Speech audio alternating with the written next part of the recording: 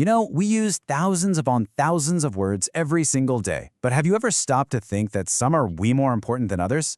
Well, today we're going to go on a little linguistic journey. We're going to uncover a secret that's hiding inside one of the most common four-letter words in the English language. I bet you've already used it a bunch of times today without even noticing. But what if I told you this one simple word holds a key that unlocks a much bigger story about the fundamental building blocks of language itself? What can it really teach us? Okay, so the word we're zeroing in on is then. Yep, T-H-A-N. We see it all the time, right? But let's really unpack it. What is this little word actually doing in our sentences? At its heart, then is a tool. Think of it like a measuring stick for our words. It's a preposition we pull out anytime we need to compare two things that aren't the same. It's basically the engine of inequality in our sentences, and I mean that in a good way. Let's take a super classic example. The tree is higher than the house. Simple enough. Here, than lets us draw a direct comparison between two physical objects. It's how we describe the world around us, setting up a clear relationship of size and space.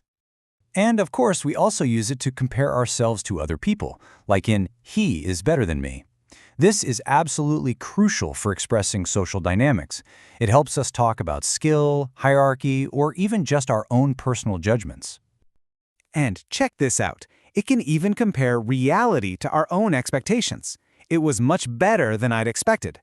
This shows its real power. It's not just for physical things. It helps us measure our internal world of abstract thoughts and feelings.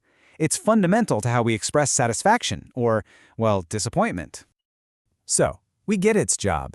But there's another layer to this little word's identity. It's not just about what it means, but about how we say it. Like a lot of these small functional words in English, it kind of has a secret life in the way it sounds. So listen to this. There are two different pronunciations. When we really want to emphasize a comparison, we use the stressed form with that clear A sound, than. But most of the time, in the natural flow of conversation, it gets reduced to this softer, unstressed sound, thun. It's a really subtle thing that native speakers do without even thinking about it. Okay, so we've covered the meaning and the pronunciation. Seems pretty straightforward, right? Well, there is one more detail. A tiny little note that's incredibly easy to miss, but it completely changes how we should think about this word. It's this tiny clue that tells us this word isn't just common, it's considered fundamentally important. It's actually part of a very exclusive club. And here it is, just a little sentence that says, than is on the Basic English 850 list.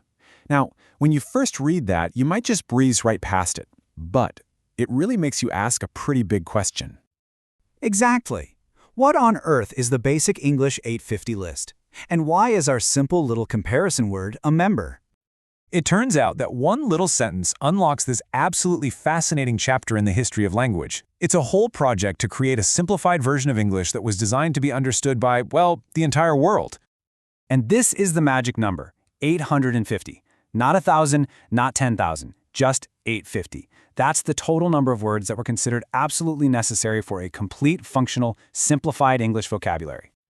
And let's be clear, this is not just a list of the most common words. No. It's a carefully constructed system. It's called Basic English, and it was designed to be a complete language for everyday use, built from just these 850 essential parts. The idea behind it was incredibly ambitious.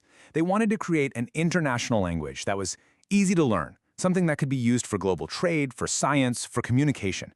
It was meant to be a bridge connecting different cultures. So let's bring this all back home. Why does this grand idea matter for our humble little word, than? This is the big reveal. When you strip a language down to its absolute bare-bones essentials, the ability to compare things is not a luxury, it is fundamental. The creators of Basic English decided that you simply cannot communicate effectively without being able to say that one thing is different than another. So you see how we did that? We started with a simple, four-letter word we barely think about, we looked at how it works, and we ended up uncovering this entire linguistic system designed to connect the world. A tiny detail that revealed a massive idea. And that just leaves us with a final thought to chew on. If you had to rebuild a language from scratch with only 850 words, which ones would you choose? What concepts are so central to how we think and speak that you just couldn't live without them?